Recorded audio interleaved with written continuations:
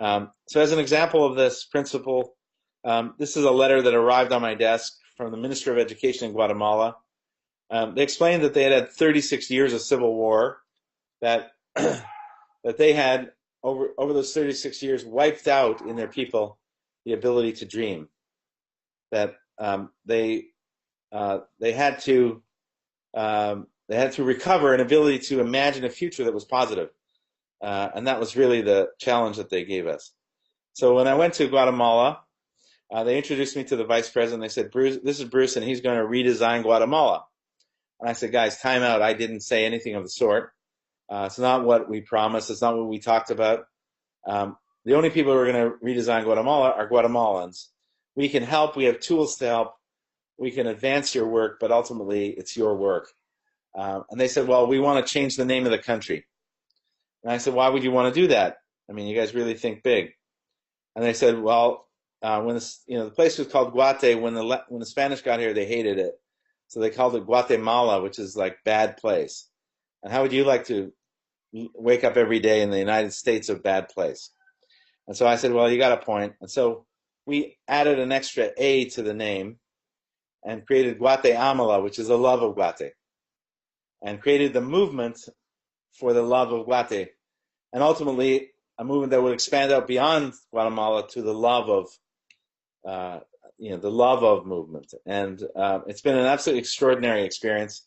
It was based on this insight from Stuart Brand that ultimately, if you think things are getting worse, you behave selfishly. But if you see people investing in the future, you want to be part of it.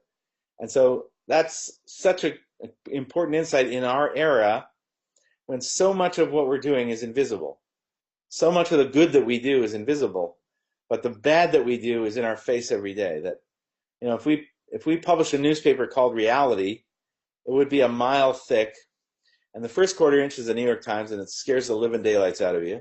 And you want to close your doors, and you want to be selfish, and you want to lock people out because of fear. But the rest of the mile of that paper is massive change.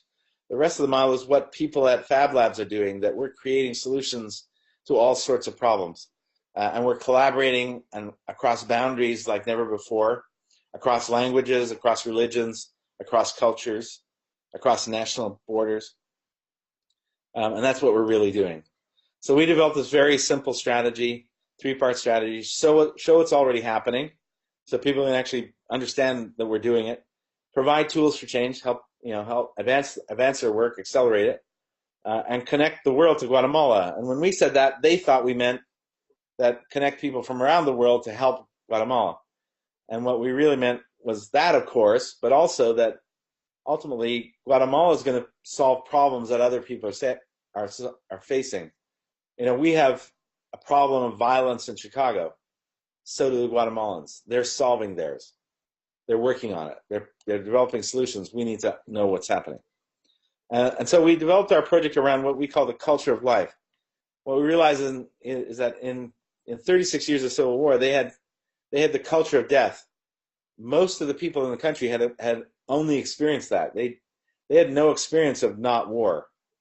And so we realized that you can't just turn off the culture of death and turn on the culture of life. You have to build it. You have to design it. And we designed what we call the 9 cultures of life, that these 9 areas, the culture of dreams, that you actually need a culture of the ability to dream. We take for granted as designers that we can imagine the future, but they can't because they haven't. And every effort to think of the future was dominated by violence, poverty, and corruption. So you need a culture of dreams. You need a culture of prosperity, of diversity, of justice, of innovation, etc. And they launched it with an extraordinary experience in Guatemala City, where they kind of took over one of the main traffic circles and created a kind of Roman forum, where in that space there was this extraordinary party going on, and inside an experience of the 9 cultures. And when you came around and when you went through those 9 cultures, you came out into this kind of pantheon of leaders who were changing Guatemala.